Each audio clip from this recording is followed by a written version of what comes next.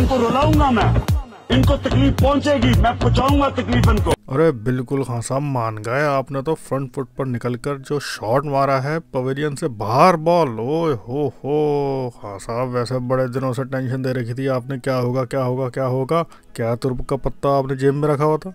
भाई well done, बताओ हुकूमत हमारी गई, हम फिर भी खुश हो रहे हैं, और जिन्होंने हुकूमत गिराई है उनके मुंह देखो कैसे बने पड़े। अरे खान साहब तकलीफ तो ऐसी हो रही है, अभी नासा ने भी ये प्रेस कॉन्फ्रेंस की है, उन्होंने कहा है कि मरीख से कुछ आवाज़ आ रही हैं, तो उन्होंने गौर से सुना तो नवाज शरीफ, जरदारी, बिलावल, शहबाज शरीफ, इन सब की चीखें सुनाई दे रही हैं मरीख पर भी। ऐसी वैसी बात नहीं है, तकलीफ तो बहुत छोटा लफ्ज़ है खान साहब। और जैसे ही सूरी साहब ने फैसला सुनाया तो शहबाज शरीफ ने बोला ये फैसला हम नहीं मानते। तो सूरी साहब भी बड़े शरारती हैं, उन्होंने फ़ौरन बोल दिया शहबाज शरीफ साहब, बेगर्स कांट बी चूजर। फिर क्या था, शहबाज शरीफ ने रोना धोना शुरू कर दिया। इतने में ही लंदन से नवाज शरीफ का फ़ोन आ गया शहबाज शरीफ को। हेलो शहबाज, ओ शहबाज, अरे भाई क्या हो गया, ये क्या हो गया, तू तो कह रहा था तू वज़ीर आज़म बनेगा हैं, मैंने तो खुद फ्लाइट पकड़ ली थी लंदन से, आधे रास्ते में ही पहुंचा था तो मैं वापस आ गया भाई, मुझे पता लग गया कोई कुछ भी नहीं हुआ, वहाँ तुम्हें एक ही शॉट से सबको बाहर फेंक दिया उसने, क्या हुआ, तेरे वज़ीर आज़म बनना था। अरे अरे अरे भाई वो मेरी तो ये ख्वाहिश कभी पूरी नहीं होगी, और मेरी तो अब टेंशन ये लगी हुई है कि वो जो शेरवानी मैंने बनाई थी उसका क्या होगा। अरे कम बखत मारे शहबाज, तुझे अपनी शेरवानी की पड़ी हुई है, चल ज़्यादा रो नहीं, ऐसा कर तू ईद को पहन लियो, बस चुप हो जा बस। भाई मुझे तो लगता है कि ना ये आप और आपकी बेटी ना चाहते ही नहीं है कि कभी मैं जो हूँ ना वो वज़ीर आज़म बनूँ। अच्छा चल बस यार, तू बस फ़ोन रख, मैं घर पे पहुँच गया हूँ वापस, मैं उधर देख लूँ कोई है तो नहीं, हर कोई मुझे बेइज्जत कर रहा है यहाँ पर भी, तूने सब कुछ बेकार कर दिया, चल रख फ़ोन। ये कुछ नहीं कर सकते। ओफो मरियम औरंगजेब साहिबा, इतनी क्यों रो रही हैं, चुप हो जाए, आगे बहुत मराइल आएंगे, बहुत रोना है आपने, सारे आंसू यहीं बहा देंगी क्या, चुप हो जाए। अरे इनके पक्के वाले दोस्त मोदी साहब का भी इंडिया से मैसेज आ गया है कि भाई ये क्या कर दिया इमरान खान ने तुम्हारे लिए, मैसेज सुने उनका। आप लोग रोना बंद कर दिए, मेरे तक आवाज आ रही है। अभी तक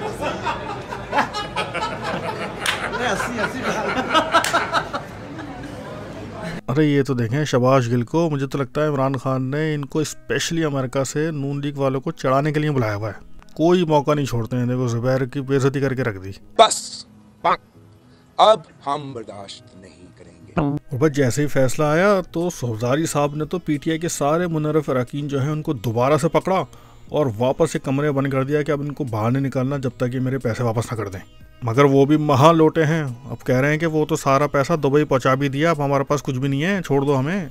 इनको कमरे में बंद किया, फिर नून लीग वाले और पीयूष पार्टी वाले गए, जो भी मिठाइयाँ ख़रीद ली थी इन्होंने, वापस गए हलवाई के पास कि भाई ये मिठाई वापस ले लो यार, अभी चलो जितने की ली थी उसके आधे पैसे दे दो।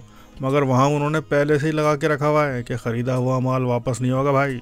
जरदारी साहब तो बड़े परेशान हो गए भाई कि पैसे मिठाई वाले भी नहीं दे रहे, उधर से जो लोटे भी पैसे खा गए, मैं क्या करूं। इतने में बिलावल आ गया, पापा मेरी फ़राक का क्या होगा जो मैंने हलफ बर्दारी के लिए सिलवाई थी।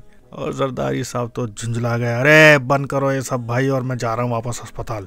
मगर फ़ौरन ही मौलाना और शहबाज शरीफ आ गए कि अरे भाई जरदारी साहब कहाँ जा रहे हो, पहले पीडीएम का जनाजा तो ले चलो, इसको दफना दें, फिर चले जाना भाई अपने घर, हमने भी जाना है तुम भी चले जाना भाई। वैसे भाई खान साहब आपने बहुत बुरी की इनके साथ, ये तो आर्टिकल 6 की तैयारियां करते रहे और पेपर में आर्टिकल 5 आ गया। 3 महीने की साजिश खान साहब आपने 3 मिनट में ही ख़त्म कर दी। अरे भाई वो एमकेएम वाले तो बड़े परेशान फिर रहे हैं कराची में, उनको तो मुंह छुपाने का मौका ही नहीं मिल रहा, कहाँ जाएं क्या ना करें उनको कुछ समझ में नहीं आ रहा। वो तो एक मस्जिद में चले गए और मौलाना साहब से कहने लगे कि भाई हमें जो है ना, हम आए सारे इत्तेकाफ़ में बैठने। वहाँ से मौलाना साहब ने बड़ा बेइज्जत करके बाहर निकाला, अरे निकलो यहाँ से, अभी तो पहला अशरा शुरू हुआ है, तुम यहाँ पर आ गए, चलो निकलो यहाँ से। अभी जरदारी ने तो एमकेएम को कहीं का भी नहीं छोड़ा, मस्जिद तक में जगह नहीं मिल रही इनको मुँह छुपाने की, क्या करेंगे आप ये।